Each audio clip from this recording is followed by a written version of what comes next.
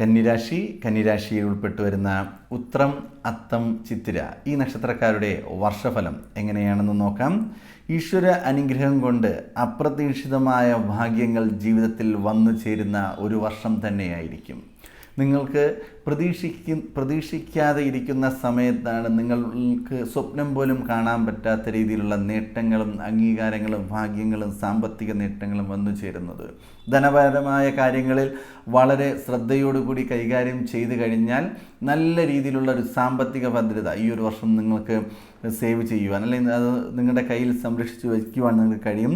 സന്താനങ്ങളെ നന്നായി നിരീക്ഷിക്കണം. അവർ മുഖാന്തരം ചില പ്രശ്നങ്ങൾ ഉണ്ടാകാൻ സാധ്യതയുണ്ട്. അവരുടെ എല്ലാ കാര്യത്തിലും നിങ്ങളുടെ ഒരു കണ്ണുണ്ടാകേണ്ടത് വളരെ നല്ലത് തന്നെയായിരിക്കും.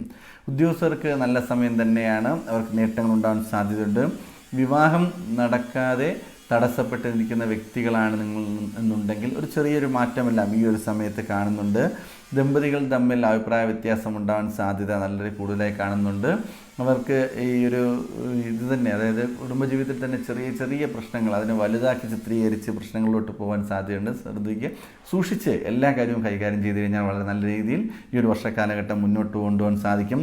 അകന്നു നിന്ന ബന്ധുക്കൾ, സുഹൃത്തുക്കൾ എന്നിവരെ എല്ലാം നിങ്ങളുടെ അടുത്തേക്ക് നിങ്ങളോട് ഭയങ്കര സ്നേഹമെല്ലാം അഭിനയിച്ച് നിങ്ങളുടെ അടുത്ത് തന്നെ വരുവാൻ സാധ്യതയുണ്ട്.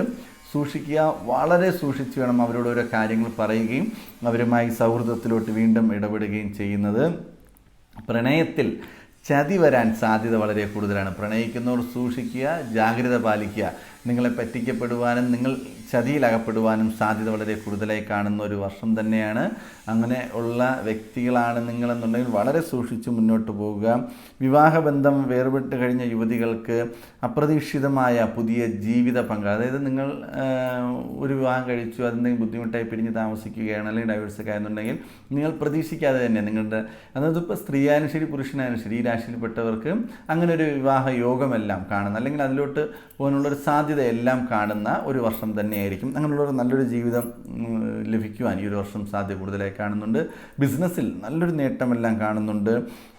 നിങ്ങളുടെ ജീവിത പങ്കാളിയുടെ വീട്ടിൽ നിന്നുള്ളൊരു സാമ്പത്തിക സഹായം ലഭിക്കുവാൻ സാധ്യത വളരെ കൂടുതലാണ്. അതിപ്പോൾ പുരുഷനായാലും ശരി സ്ത്രീ ആയാലും ശരി അവിടെ നിങ്ങൾക്കൊരു ബുദ്ധിമുട്ട് വന്നു കഴിഞ്ഞാൽ അവിടെ നിന്നുള്ള സഹായം ഈ ഒരു വർഷം നിങ്ങൾക്ക് പ്രതീക്ഷിക്കാം. കൂടാതെ വിദേശ യാത്രാ യോഗം കാണുന്നുണ്ട്.